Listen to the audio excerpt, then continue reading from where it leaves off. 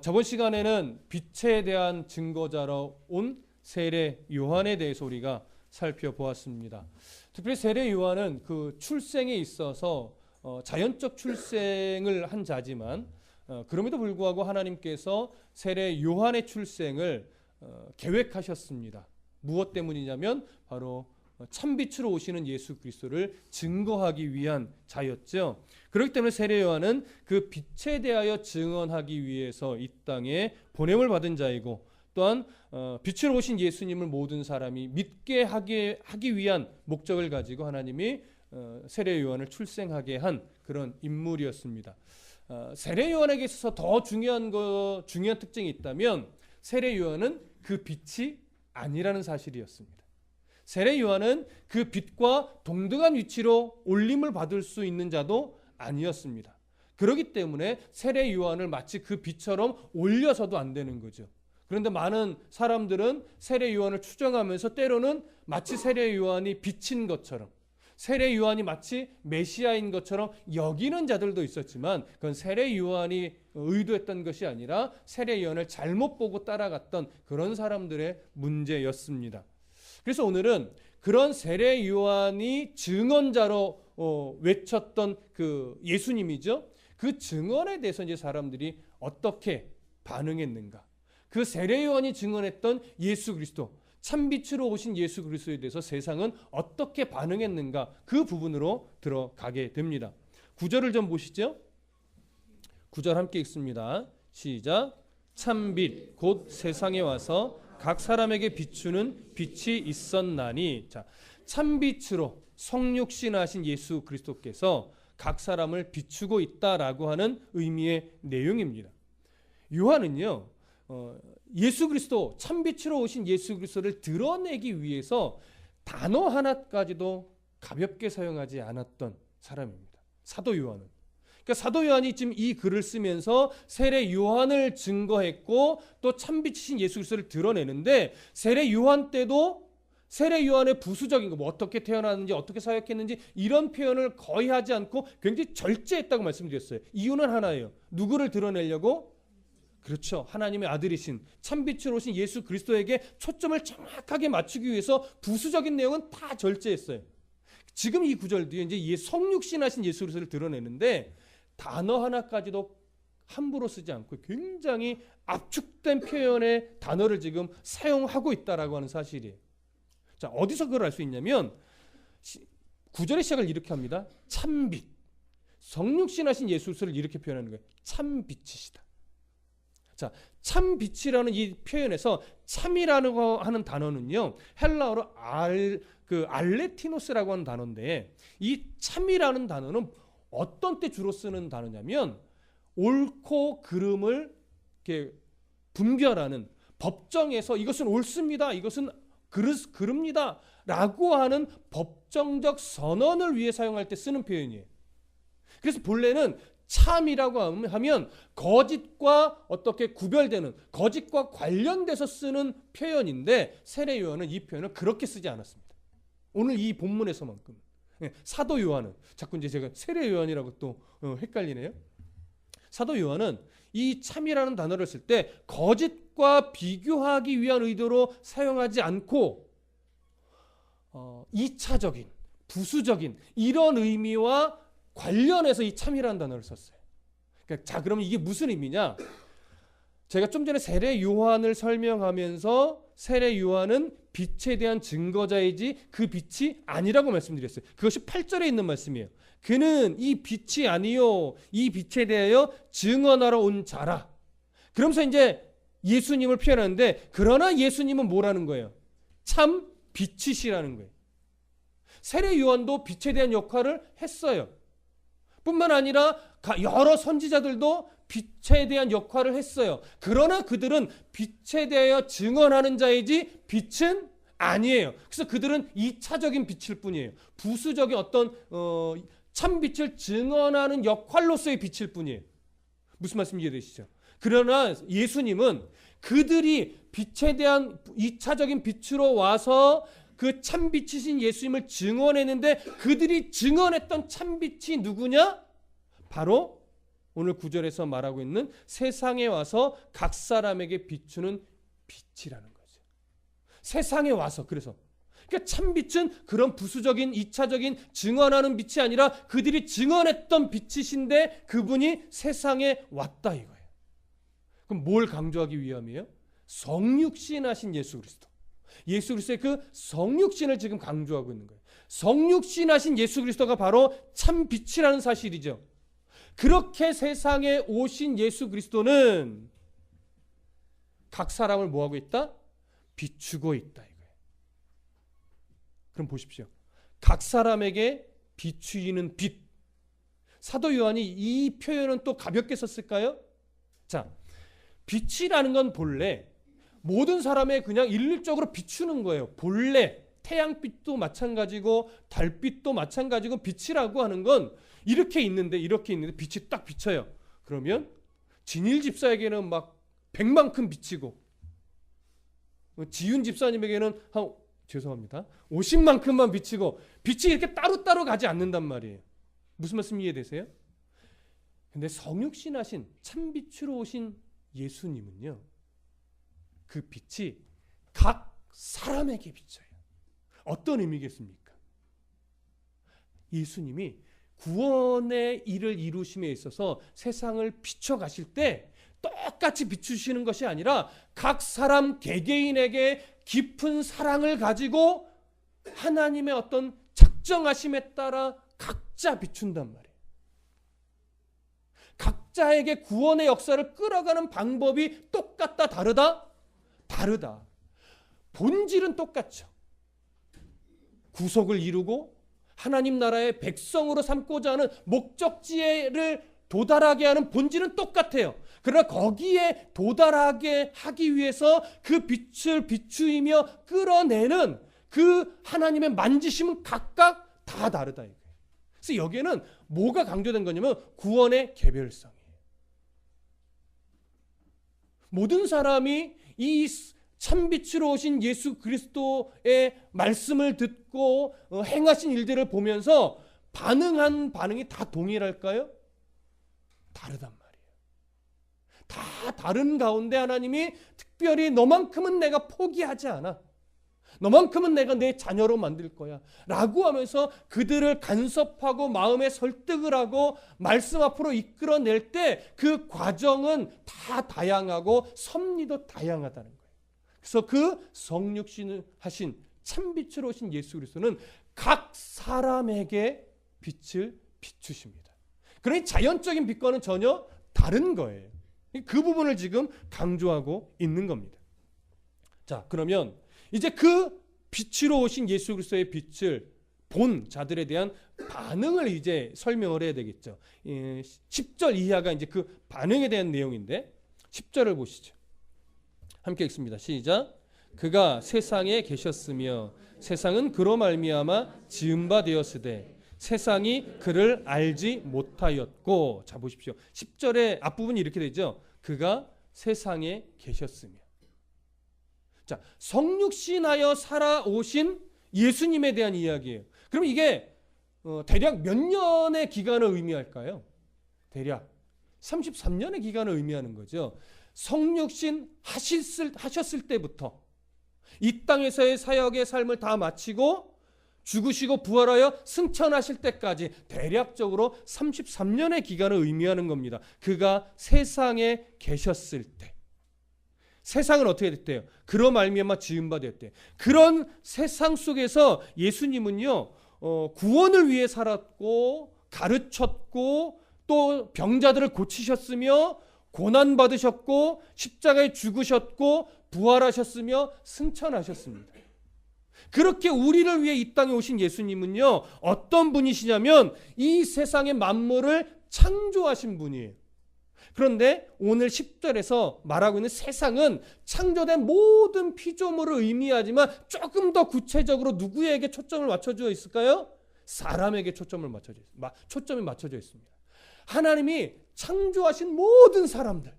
그런데 그 사람들은 예수님으로부터 지음받은 사람들인데 이 사람들이 그 예수님을 어떻게 했대요? 알지 못했대요. 자, 알지 못했다는 이 표현을 우리가 조금 주목하실 필요가 있습니다. 단순하게 지식적으로 예수님을 구주로 알지 못했다 이런 의미가 아닙니다. 그 의미를 더 뛰어넘어 있습니다. 경험적으로 알지 못했다는 의미예요. 근데 경험적으로 알지 못했다는 것은 예수님을 경험하지 못했다 이런 의미가 아니라 세상은 예수님을 충분히 경험했음에도 불구하고 예수님을 알지 못했다라고 하는 거예요. 다시 설명을 드리면 예수님은 이 땅에 성육신하신 이후에 모든 사람들은 그가 누구의 아들인지 알아요. 어떻게 자랐는지도 알아요. 그리고 그가 이 세상에서 무엇을 가르쳤는지도 알고 어떤 이적을 베풀었는지도 다 경험했고 그가 십자가에 못 박히신 것도 알았고 사흘 만에 살아나신 사실도 알았고 또 부활하셔서 승천하신 것도 다 알아요. 충분히 보았고 충분히 들었고 충분히 경험했어요. 그런데 세상은 그런 예수님을 그저 한 목수의 아들로만 봐요. 하나님의 아들이신 메시아로 인정하지 않았어요. 그저 갈릴리 마을의 한 목수의 아들로서 그냥 보잘것없는 사람 중에 하나 이렇게만 세상이 본 거예요. 이것이 뭐예요? 세상의 반응입니다. 이것이 그를 알지 못했다라고 하는 표현에 담긴 의미입니다. 왜 세상은 그 예수님을 하나님의 아들로 결국 보지 못했을까요? 바로 아담의 범죄에 의해 세상은 죄의 종노릇하는 자가 되어 버렸기 때문에 그렇습니다. 영적으로 눈 멀어 있기 때문에 예수님을 볼 수 없는 거예요. 예수님을 알아볼 수 없는 거예요. 예수님을 인정할 수 없는 거예요. 오히려 그들은 그러한 예수님의 모든 이적과 기사와 가르침과 때로는 예수님의 눈물까지도 보았음에도 불구하고 무슨 짓을 벌였어요? 그 예수님을 바라바와 바꿨어요. 십자가에 못 박는데 앞장섰습니다. 그리고 그 십자가에서 저들은 저들이 하는 죄를 모릅니다라고 하시는 예수님 앞에 침을 뱉고 모욕했습니다. 예수님을 알지 못한 겁니다. 지식적으로 모르는 게 아니에요. 충분히 예수님을 보았음에도 불구하고 그를 인정하지 않고 자기들의 이익을 위해 오히려 독립투사 같은 바나바는 풀어주고 연약하게 붙잡힌 예수 그리스도를 십자가에 못 박는 그 일에 앞장섰단 말이죠. 그렇게 세상은 예수 그리스도를 거절했습니다. 사도 요한은요, 그렇게 세상이 예수 그리스도를 거절했다라고 하는 것을 강조하면서 그 거절한 자가 누군 줄 아느냐 하면서 초점을 이제 집약합니다. 누구에게 초점을 맞췄을까요? 이제 유대인에게로 맞춥니다. 왜요? 요한복음의 독자가 누구예요? 예, 이방의 세계에서 살아가고 있는 유대인들이란 말이죠. 그래서 예수 그리스도 믿는 자들을 배척하는 유대인들도 대상이고 그 어려움 때문에 예수를 믿는 유대인이지만 마음이 흔들리고 있는 그들에게 믿음의 뿌리를 예수 그리스도에게 굳건하게 내리게 하기 위해서 또한 이들을 배척하고 있는 유대인들이 너희들이 배척하는 예수 그리스도가 진짜 메시아라는 사실을 알려주기 위해서 사도 요한이 썼단 말이죠. 그래서 누가 예수 그리스도를 십자가에 못 박았느냐? 바로 유대인이다 라고 하는 것을 초점을 맞춰서 11절을 씁니다. 다 같이 읽어볼까요? 11절 시작. 자기 땅에 오매 자기 백성이 영접하지 아니하였으나. 자, 자기 땅은 어디를 말합니까? 넓게 보면 이 온 지구 전체예요. 그러나 사도 요한이 여기서 말하는 것은 전체 지구에게 초점을 맞춘 것이 아니라 어디에 초점을 맞춰요? 하나님이 이스라엘에게 유업으로 주신 약속의 땅, 가나안을 의미하는 거죠. 약속의 땅에 예수님이 오셨어요. 근데 그 약속의 땅에 하나님이 주신 기업을 받아서 그 땅에 살아가고 있는 하나님의 백성 유대인들은 어떻게 했어요? 예수님을 영접하지 않았단 얘기예요. 10절에서 설명한 게 다시 압축하여 사도 요한은 11절에 또 기록하고 있는 겁니다. 그 땅의 주인이고 예수님의 백성인데 그 땅의 주인이며 백성들의 주인이신 예수님이 인간의 몸을 입어 오셨는데 육신이 되어 오셨는데 그 예수님을 알아보지 못해요. 오히려 배척해요. 영접하지 않아요. 거절하는 일이 벌어진 겁니다. 외적으로 보면 그들을 구원하기 위한 하나님의 계획이 이미 뭐한 것처럼 보여요? 실패한 것처럼 보여요. 그럼 우리는 압니다. 하나님은 실패하시는 분이십니까? 하나님은 실수하시는 분이십니까? 아니죠. 우리 하나님은 실패하시는 분이 아니고 실수하시는 분이 아니에요. 그들은 예수 그리스도를 거절했지만, 그들은 예수 그리스도를 인정하지 않았지만, 영접하지 않았지만, 오히려 예수님은 그들을 위해 무슨 길을 열어주셨습니까? 구원의 길을 열어주셨습니다. 그것이 12절의 내용이에요. 다 같이 읽어보시죠. 1장 12절 시작. 영접하는 자, 곧 그 이름을 믿는 자들에게는 하나님의 자녀가 되는 권세를 주셨으니.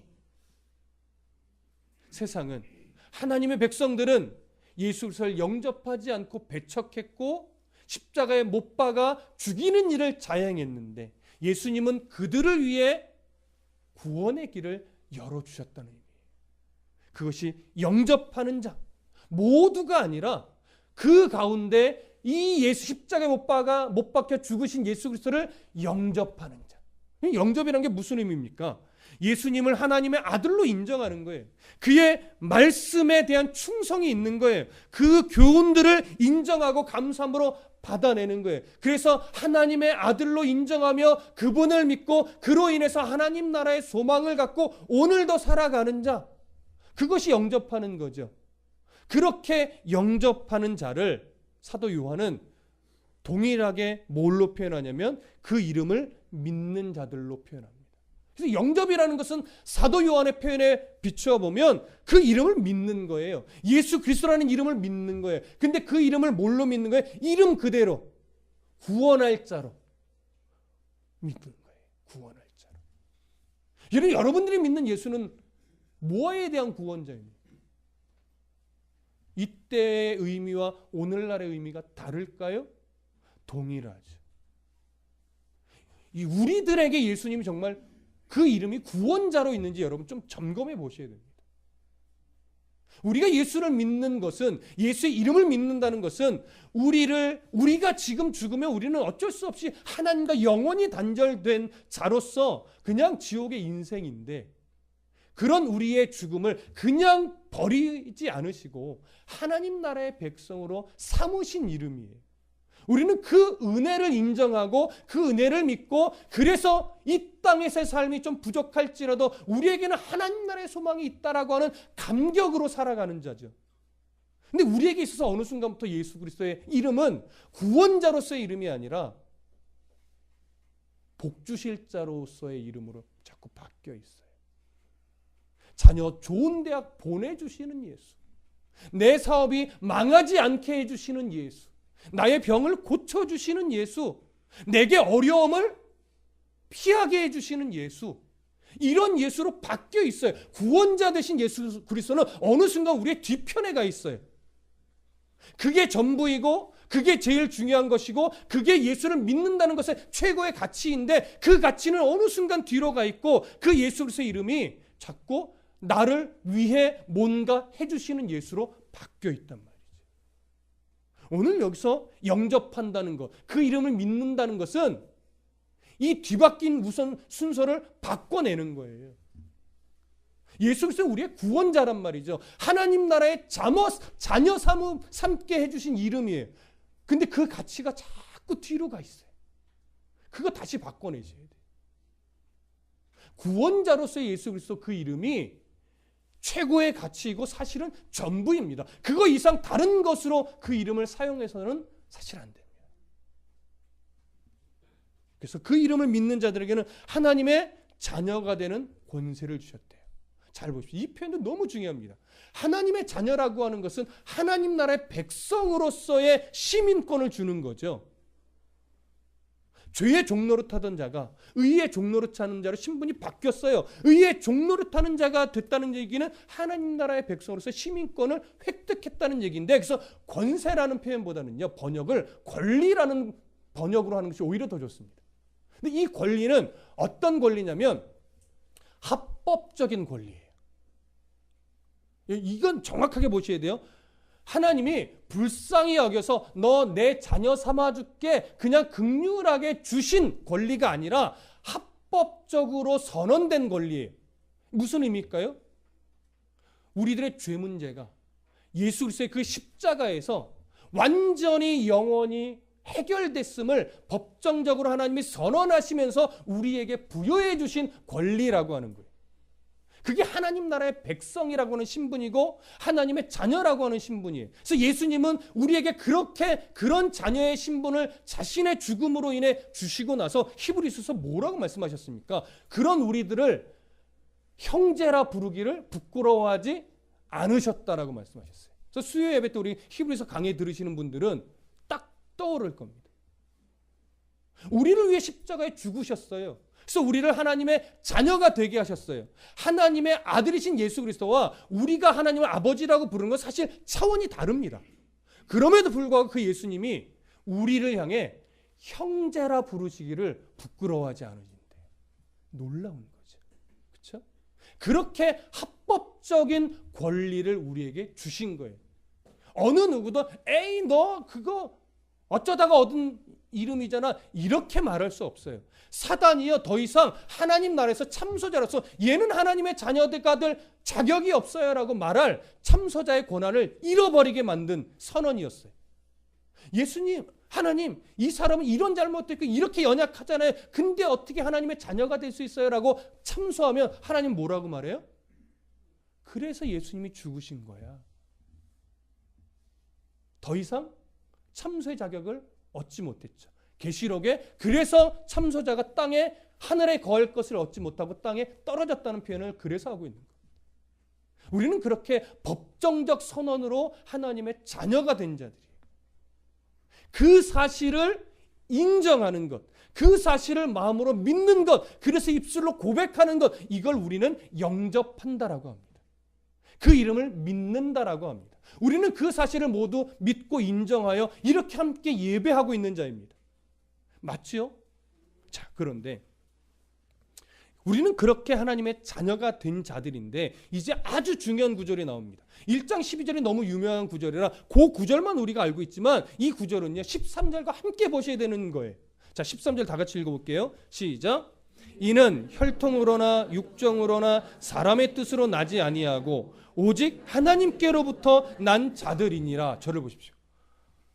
우리는 그런 은혜를 입어서 예수 그리스도를 입으로 시인하여 영접한 자들인데 그래서 우리는 감사함으로 함께 예배하는 자들인데 사도 요한은요 13절에 그럼에도 불구하고 이는 우리가 예수를 영접했다는 사실은 혈통으로나 육정으로나 사람의 뜻으로 난 것이 아니라고 말합니다. 오직 하나님께로부터 난 것이라고 말합니다. 여러분, 혈통이라는 건 뭐예요? 부부의 관계를 통해서 난 거죠. 자연적 출생으로 좀 쉽게 얘기하면 아브라함의 후손이라는 것, 다윗의 후손이라는 것, 그것이 너를 예수님을 영접하게 만든 게 아니라는 거예요. 육정은 뭡니까? 육신의 의지를 말해요. 여러분들의 어떤 이성적 판단과 논리적 사고로 예수님이 구원자가 맞다 해서 우리의 의지가 단호하게 예수를 믿겠습니다라고 선언하고 고백하고 믿게 된 것 같지만 그런 육신의 의지로 예수님을 영접할 수 있는 자는 이 땅에 하나도 없다라고 하는 거예요. 사람의 뜻이란 건 뭡니까? 여기서 사람은요 어떤 의미냐면 한 가정의 가장인 남편을 말하는 거예요. 오늘날의 남편의 개념보다 이 당시의 남편은 모든 가정의 결정권자예요. 남편이 결정하여 예수를 우리가 다 믿게 된 것도 아니라는 거예요. 이 세 가지 표현은 결국 사람의 의지나 사람의 판단이나 사람의 혈통이나 이런 것으로 해서 예수를 믿게 된 게 결국은 아니라는 거죠. 오직 하나님의 의지로, 하나님의 설득해내심으로, 하나님의 사랑해 주심으로, 하나님의 선택으로 말미암아 우리가 누구를 믿게 된 것이다? 예수 그리스도를 믿게 된 것이다. 그러니 예수 그리스도를 믿는다라고 하는 것은 그냥 보면 내게서 출발한 것 같지만 보편적으로는, 그러나 깊이 들어가 보면 믿음이라고 하는 것은 내게서 출발하는 것이 아니라 나를 사랑하여 선택하신 하나님에게서 출발한다는 사실이에요. 이걸 정확하게 하셔야 됩니다. 그러면 자 이제 보십시오. 이 사실은 어디서 한 번 더 증명이 됩니까? 여러분 마태복음 16장 한번 가보십시오. 이걸 보고 중요한 이야기로 넘어가겠습니다. 마태복음 16장. 마태복음 16장 16절과 17절. 마태복음 16장 16절 17절.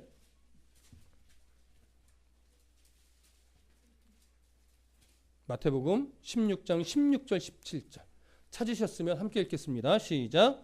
시몬 베드로가 대답하여 이르되 주는 그리스도시요 살아계신 하나님의 아들이시니이다. 예수께서 대답하여 이르시되 바요나 시몬아 네가 복이 있도다. 이를 네게 알게 하니는 혈육이 아니요 하늘에 계신 내 아버지시니라. 자, 저를 보십시오.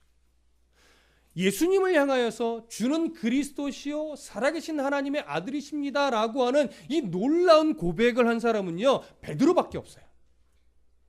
무슨 말씀 이해되십니까? 베드로가 이렇게 놀라운 고백을 했어요. 예수님이 그 고백을 듣고 사실은 칭찬하십니다. 그런데 칭찬의 내용을 보면 뭐라고 말씀하시냐면 이 일을 내게 알게 하니는 혈육이 아니요 하늘에 계신 내 아버지라고 합니다. 베드로의 고백은 칭찬받아 마땅한 고백이지만 그런 고백을 할 수 있는 것도 베드로에게서 나온 것이 아니라 누구에게서 나온 것이래요? 하나님에게서 나온 것이래요. 이 말은 조금 더 쉽게 풀이하면 베드로가 이 고백을 할 수 있도록 하나님이 그의 마음에 끊임없이 간섭하여 주셔서 설득해낸 결과 베드로는 이 고백을 할 수 있게 되었다. 그러니 베드로야, 이 고백이 너희가 칭찬받아 마땅한 고백이지만 이 고백을 하게 하신 누구께 영광을 돌려라? 하나님께 영광을 돌리는 것이 마땅하다. 이것을 가르쳐 주는 겁니다. 오늘날 우리가요 예수 그리스도를 믿는다는 것도 이 하나님의 설득하심의 결과예요. 하나님이 사랑해 주심의 결과라고 하는 것이죠. 하나님의 은혜가 아니고서는 우리는 예수 그리스도를 믿을 수 없는 자들입니다. 그럼 이제 보십시오. 자, 9절은 다시 더듬어 보시는 거예요. 9절은 성육신하신 참빛으로 오신 예수 그리스도를 나타냈습니다. 사도 요한이. 9절과 10절은 성육신하신 예수 그리스도를 영접하지 않고 거절한 세상을 드러냈습니다. 12절은 그런 세상에 오신 예수 그리스도가 그런 사람들을 버리지 않고 예수를 영접하여 구원에 이를 수 있는 길을 성취해 주신, 열어주신 그 사실을 나타냈습니다. 그리고 나서 13절은 예수 그리스도를 영접한다는 것은 사람의 뜻으로 되지 않고 오직 하나님의 은혜로만 되는 것임을 드러냈습니다. 자, 그럼 이 연결을 좀 생각해 보신다면 오늘 사도 요한이 당시 독자들에게, 이방 땅에 살고 있는 유대인들에게, 그리고 오늘 우리에게 알려주고 싶은 건 뭘까요? 뭘 알려주려고? 예수님을 드러내고 세상이 거절했음을 드러내고 구원의 길을 그럼에도 불구하고 열어놓으신 예수 그리스도를 드러내고, 그런데 예수 그리스도를 믿는다는 것은 사람의 뜻으로 했었고 오직 하나님의 은혜로만 된다는 이 사실을 왜 이렇게 열거한 것일까요? 뭘 알려주려고? 잘 들으십시오. 성육신하신 예수 그리스도를 영접하지 않고 세상이 거절하는 것은 잘못된 것이 아니라 당연한 반응이라는 거예요. 저번 주에도 세례 요한을 살면서 그 말씀 드렸죠. 하나님을 믿는다는 것은 사실은 논리적으로 불가능하다. 말이 안 되는 거예요. 근데 우리는 예수를 믿죠. 왜요? 그게 하나님의 은혜이기 때문에. 하나님의 은혜로 우리를 설득해내셨기 때문에. 그러니 세상이 예수 그리스도를 거절하는 것은 이상한 것이 아니라 그건 당연한 거예요. 근데 그 당연한 속에 우리는 누구를 믿고 있어요? 예수 그리스도를 믿고 있어요. 이것은 나의 결정이 아니라 나를 너무나 사랑하시는 하나님의 은혜로 말미암은 것. 이것을 우리가 놓치지 말라는 겁니다. 여러분 잘 보십시오. 아직 우리가 예수를 함께 믿고 함께 예배하고 있지만 이들 가운데 여러분들 안에는 깊은 마음 속에 아직 예수 그리스도가 믿어지지 않을 수 있어요. 그게 이상한 것이 아니라는 거예요. 아직 예수 그리스도는 또 인정이 되는데 진짜 죽으면 천국 가는 게 맞나? 의심이 들 수 있어요. 그게 당연한 반응이라는 거예요. 이상한 것이 아닙니다, 여러분. 그러나 우리가 그 가운데 꼭 놓치지 말아야 되는 게 있어요. 예수님이 잘 안 믿어지는 것도 당연한 거고 천국과 지옥이 정말 있나? 이것이 뭔가 아직은 뚜렷하지 않을 수 있는 거, 이게 당연한 건데 그럼에도 불구하고 이 사실이 우리에게 주는 교훈 중에 아주 중요한 건 뭐냐면 여전히 예수님은 우리들의 마음속에 하나님의 사랑으로 예수님을 영접하는 것이 어떤 의미인지, 우리가 죽고 난 이후에 천국과 지옥이 있다는 사실들을 계속해서 설득하여 알려주고 계신다는 사실이에요. 그래서 오늘 바라건대 여러분, 우리 가운데 지금도 말씀으로 또 오늘 이 예배 가운데 우리를 설득하여 하나님의 나라가 있음을 알려주고 예수 그리스도가 이 땅에 참빛으로 오셨다는 사실을 계속 증거하게 하신 건 뭐냐면 내 마음에 알려주시는 거예요. 정말 예수 그리스도는 있다. 정말 이 땅의 사람은 죽음으로 끝나는 것이 아니다. 죽음 이후에 분명히 천국과 지옥은 분명히 존재한다. 그러니 빨리 이 하나님의 은혜 앞으로 네가 나오기를 원한다. 하나님을 진실한 마음으로 믿게 되기를 소망한다. 이걸 계속 노크하시는 거예요. 설득하시는 거예요. 그 설득에 이미 아멘으로 반응한 사람도 있고, 아직은 반응하긴 했는데 50대 50인 사람도 있고, 아직은 잘 믿어지지 않는 사람도 있는 거예요. 그러니 예배 가운데 뭘 느껴야 되는 거예요? 나를 설득하고 계시는 예수님을 느껴야 되는 것이고, 이미 설득당하여 하나님의 이 감격스러움을 잃어버리지 않으려고 오늘도 마음에 계속 나를 다잡는 이런 모습도 필요한 것이죠. 여러분, 사람이 살아간다는 것은 사실 다 비슷합니다. 아무리 많은 것을 가지고 있어도 결국 그 많은 것을 누리는 건 유효기간이 있어요. 결국 몇십 년이에요. 내가 가지고 있는 것이 영원해 보일지 모르나 사실 언제 날아갈지 모르는 불완전한 겁니다. 기껏해야 몇십 년짜리죠. 아무리 많은 것을 가지고 있어도 10끼 먹고 사는 사람은 없습니다. 근데 요즘에 맛있는 녀석들은 10끼 먹는 것 같아서 이걸 말해야 되나 이런 생각이 들기는 해요. 그러나 보편적으로 사람은 아무리 많은 돈을 가지고 있어도 3끼 먹고 살아갑니다. 땅의 가치로만 보면 예수님을 영접한다는 것은 말이 되지 않습니다.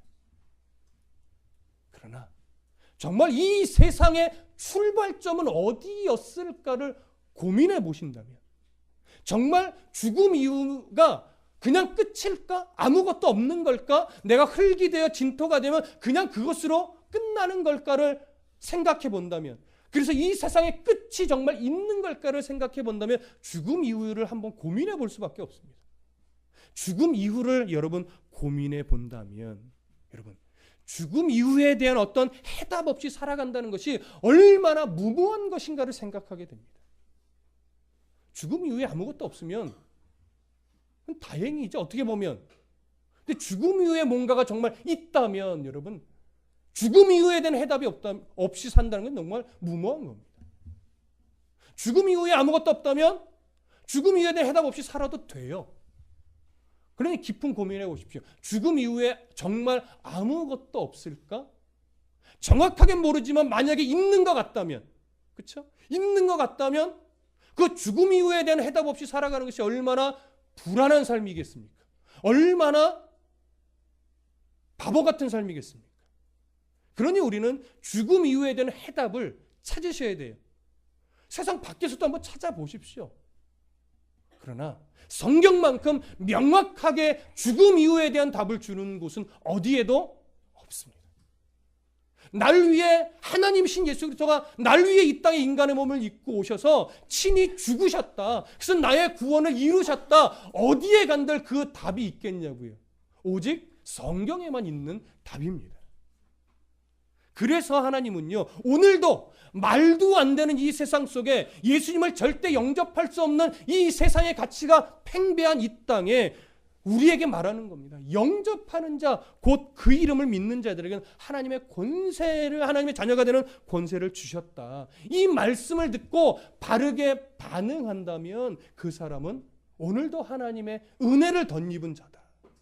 그러니 이 은혜를 거절하지 말고, 오늘도 내 마음의 문을 노크하시는 예수님의 노크를 거절하지 말고, 나를 설득해내시는 하나님의 음성을 밀어내지 말고, 아멘, 그렇습니다.